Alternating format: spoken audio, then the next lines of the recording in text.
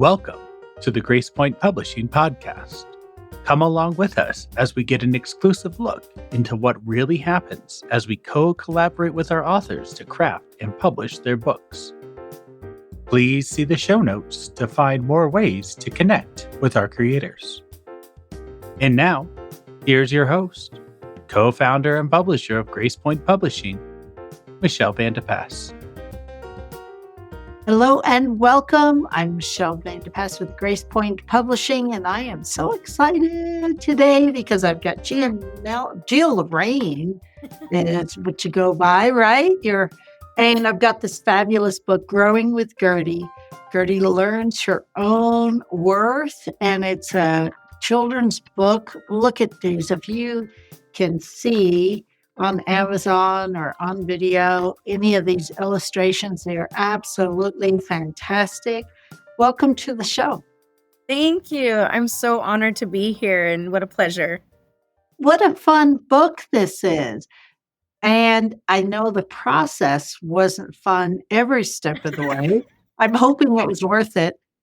It was a 2-year birthing process that was worth every moment and every penny. It is, I've heard it's just like birthing children. That's what I heard.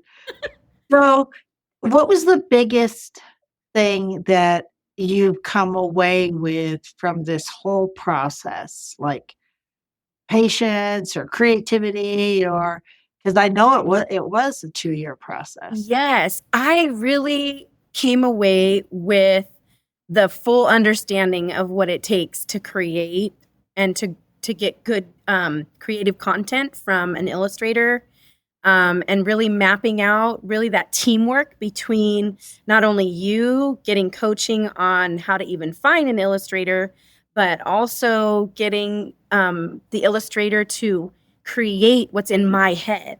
Because I had it mapped out what I wanted Gerti to look like, what I wanted her personality to be like, and then just mapping out those thumbnails for each part of the story. That was my favorite part, just going back and forth with the illustrator each time. So I really took away the whole excitement of the process. I really loved that part. And you had written all the text early on, right? You had that finished before you ever went and looked for an illustrator. And I think everybody does it a little bit differently, but that's certainly a common way to do it. What are a couple of things that you would help other authors? What would you advise other authors looking for an illustrator? Well, first and foremost, I make sure that they have a clear understanding of what they want their character to be. Like if there's going to be certain key characters in their book, you'd really want to find an illustrator that can make that character come to life the way that you envisioned it. So whether that's on Fiverr or running a contest or... Which you did.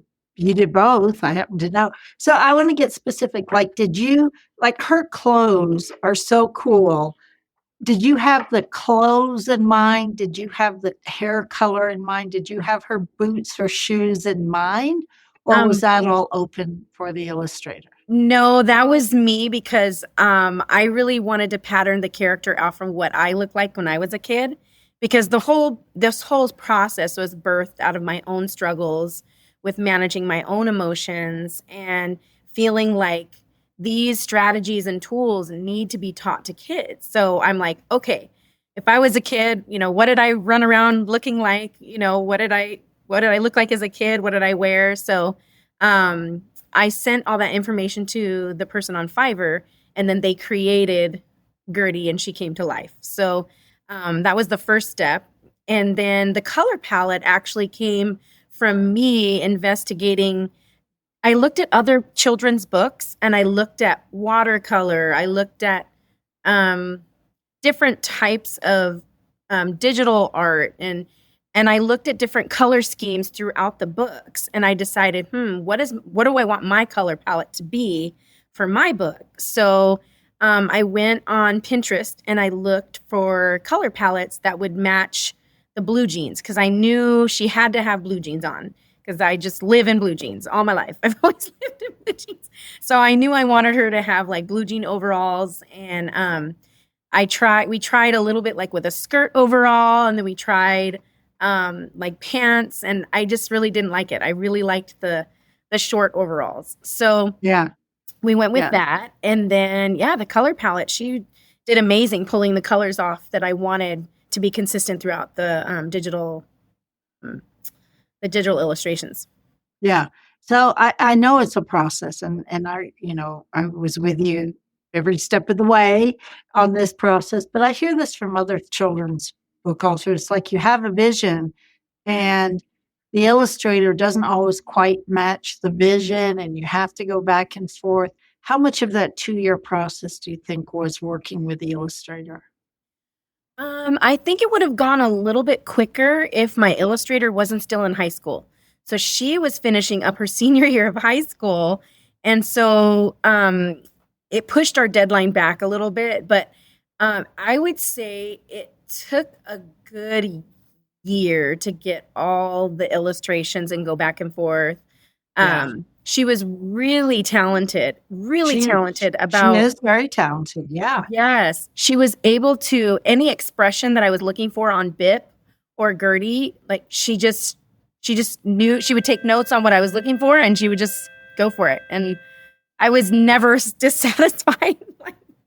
I would have little tiny tweaks here and there, like we had on page 1. Her foot on page 1 always looked like it was the shoe on the other foot, So it was like literally one of the only things that I kept going back about, but oftentimes not. I would say, oh, can you put a little bit more dirt on her face? Because she's still supposed to be dirty at this point, and things like that. And it was really great to do the process. And has she seen the book, I presume? Yeah, I gave her a copy. She has her copy, and we're going to work on, during the summer, we're going to do a Barnes & Noble signing in our local area. Oh, that's fantastic. Yeah. Good for you. And where is that? Which Barnes & Noble? We are in the Montclair Place, right next to the Ontario International Airport in California. So we're Nice. like about 15 15 minutes west of Ontario International Airport. Okay. So if you're close, or even if you're not close, it's close to an airport, fly in and support and come to the book signing. What are you hoping that kids will really get from this? My hope is that each child that reads this first book in the series, that they would come away and walk away with the knowledge that they are worthy just because they're on this earth, just because they're here. They're here for a reason. They're here for a purpose, and they have a calling on their life. They have gifts and talents, and they're worthy. And I wanted each of the kids to understand that, Gertie's just like them. She feels the same things they do.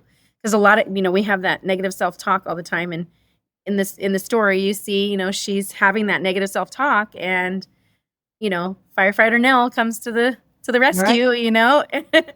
So, he just really puts it into perspective on encouraging her and making her feel that she was worthy to be saved. So you've been in education a long time, right?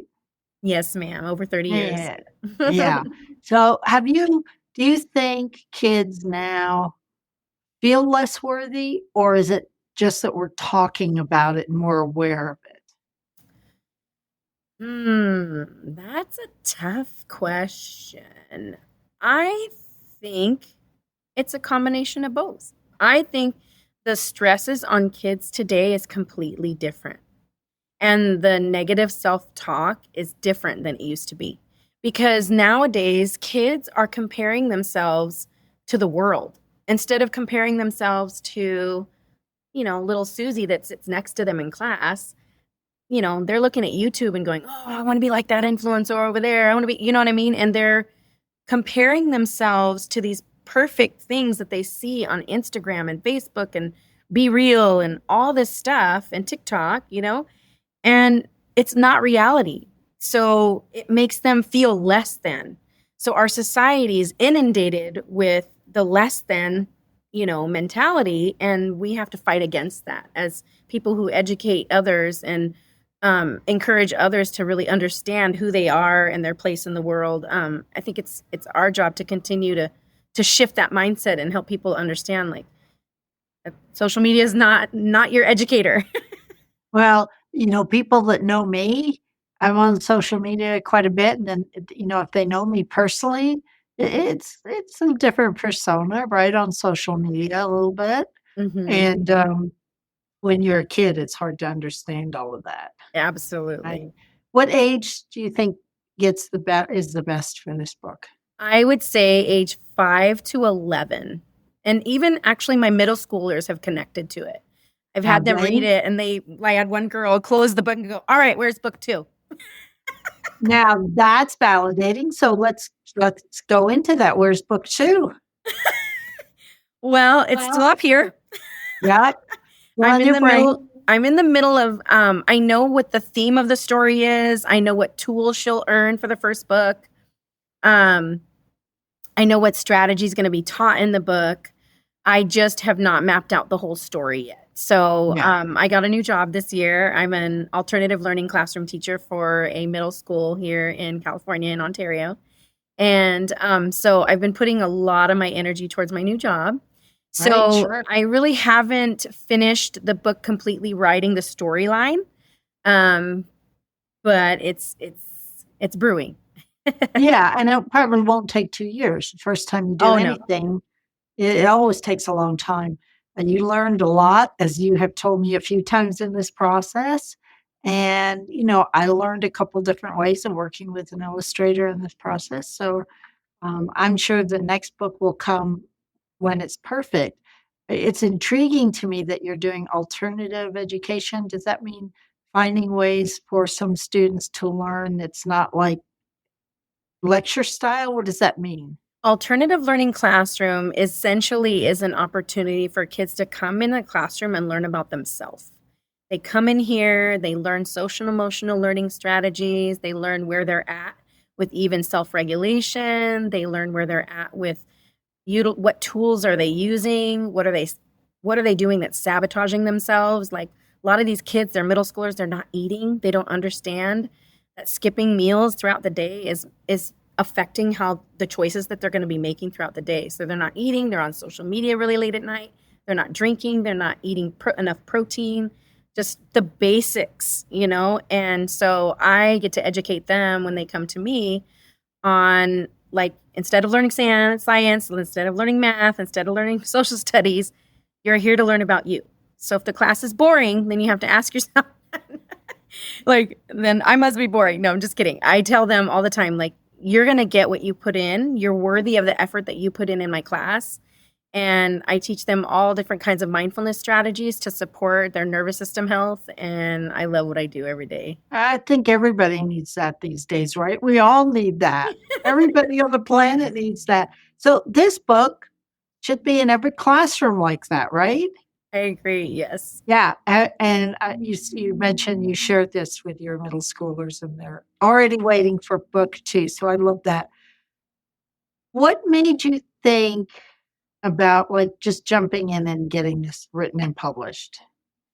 Well, I had the idea of her for like 3 years. I was like, I really want to write this book. I mean, I'm learning all these tools and strategies, and I think that they would just be so great for kids to know. And so I had her in my mind, and I knew I wanted her I wanted her to collect tools along the way, kind of like Dora the Explorer, but for mindfulness strategies. And I wanted her to have a little sidekick, and I didn't know who that was going to be, if it was going to be a turtle or if it was, you know what I mean? Because I've always liked turtles. But then I thought, no, I think I'm going to make it a frog. So it's kind of like symbolic of my husband's name is Jeremiah. So it's Jeremiah was a bullfrog. So, he's been with me through this whole process. So he makes 2 guest appearances, like Bip the Frog, and then firefighter Nell is also after my husband. He was a firefighter. So it just really, I mapped out, like, okay, book 1, she's going to learn her worth, because all of the other tools, all the other mindfulness strategies need to hang on a child's understanding of that they're worth it.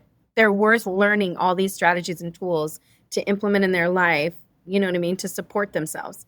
So just understanding their worth, that's why she earns the tool belt, of worth. And then each book, I just mapped out, like, book 2, she's going to earn this tool. Book 3, she's going to earn this tool. Do you know what I mean? For her tools of life. So you mentioned, I just want to kind of conceptualize that for a minute and then take it in. You have to learn your worth first before you can use any of the tools. Yet, I think the tools sometimes help you connect with learning your worth. Yes. And it's not even learning your worth, it's accepting your worth. Yes. And the tools, I think, help you go deeper with that worth. Yes.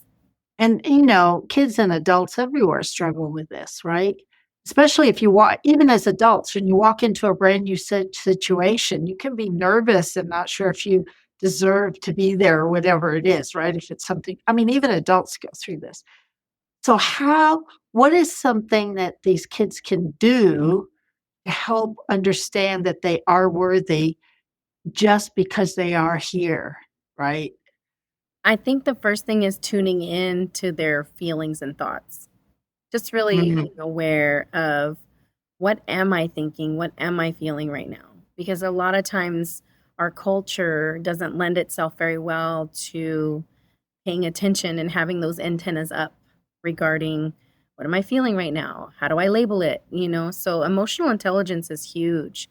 And really being able to expand our emotional vocabulary. I think I saw an interview years and years ago with Ilanya Van Zant, Fix My Life. And one of the things that she said, the nugget I grabbed from her was, expand your emotional vocabulary. Because my kids aren't allowed to use happy, sad, mad, or angry in my class. I'm like, nope, sorry. Here's the chart. You got to go deeper. You have to be more specific with what you're feeling and what your body, and tuning into your body. Because our kids are so used to just using happy, sad, mad that, like, you already have that in your repertoire. Let's expand you. You need to start expanding your emotional vocabulary so that the more research shows that the more that you can label it, then you can kind of step away from it and create some space between you and that emotion, and then you can manage it. So if kids aren't really even paying attention to what they're thinking or what they're feeling, then they're not really going to be able to manage it. So that's where I would start. This is definitely new, although, of course, it's probably really old too. I think most old cultural traditions may have had more of this openness and emotional intelligence and tuning into your heart and knowing who you were. But at least in the U.S. and many other westernized nations, like my dad is from the English, he's English. You never talked about emotions. And you had the silent generation, right? Wars, World War I and World War II. You just sucked it up and lived through it. Yeah, and then the baby boomers, right? Who grew up with parents that grew up in the Depression and all. And it's like, no, you don't talk about any of it. You just suck it up. And it only feels like in the last 20 years, like you said, Miss Van Zandt, like she was like really big, like 25 years ago or so, right? And so that's when it all started. And heart math, that's when it all started exploding. But it's taken all this time to do the beautiful work you're doing, actually bringing it into the classroom. Thank you. Yeah. I'm honored to do what I do every day. It's going to be amazing what the world looks like a couple generations from now. I hope it's more tuned in. Looking forward to seeing that. Yeah, it has to be more tuned in because everybody's more aware. We certainly talk about emotions more in our workplace than we ever did 20, 30 years ago. I agree. Yeah. What would you like to see happen with this book in your wildest dreams? I would just like to see the whole series come to fruition, like all these, each adventure she goes on. I'm just excited to see, I don't care if it takes 20 years, or 15 years, or it doesn't matter. Like, I just want to see, another adventure come to life and go from there. I'm really excited. Do you know how many books there are in the series? I think there's, I mapped out 10. But I could probably end up combining a couple strategies into one book, just depending. So, yeah, but you've got a few coming. Yes. You have, and they're all going to be Gerti, right? Of course, because she's going to go through life. Does she actually get older in the books, or do you know yet? Ooh, I haven't thought about that. I don't think Dora gets older. Dora is the same age for years and years and years, right? Yeah, it's not like a TV show. Right. I don't think so. I think I'm going to keep her young. Yeah. Good. What else would you like to leave our audience with today?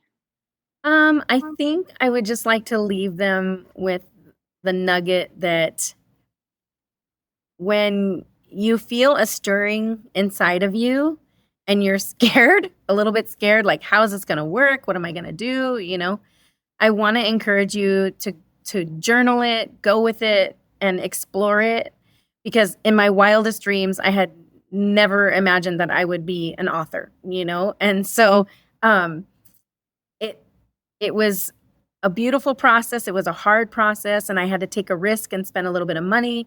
But it was completely worth every penny and everything I went through, because I learned so much about myself, about the publishing world, about how to do a book, self-publishing versus publishing with a publisher. I just learned so much, and I'm so grateful for the process.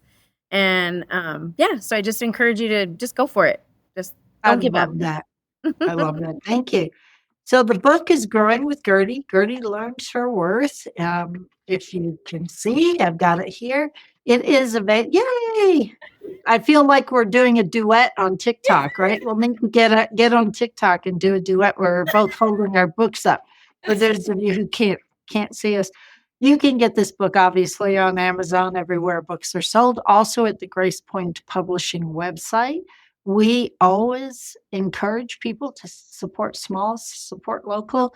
If you buy on our website, everybody, especially the author, makes more money. But if you buy on Amazon, go for it. It's available anywhere books are sold.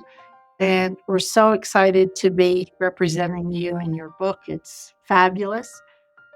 Thank you for being here today. Oh, it's my pleasure. I'm so glad you guys had time today to hang out and chat. I've had a really good time with you, and I look forward to just whatever Gerti has in the future. Nice. Thank you. Take care of those kids. I will. Bye. Bye. Thank you for coming along with us today on the Grace Point Publishing Podcast. Join us next time as we introduce you to another one of our incredible authors. If you enjoyed today's episode, make sure to subscribe and rate us on your favorite podcasting platform. To find out more about our authors and to see how we can help you publish your book, head to gracepointpublishing.com. Keep writing. Keep creating. Your words matter.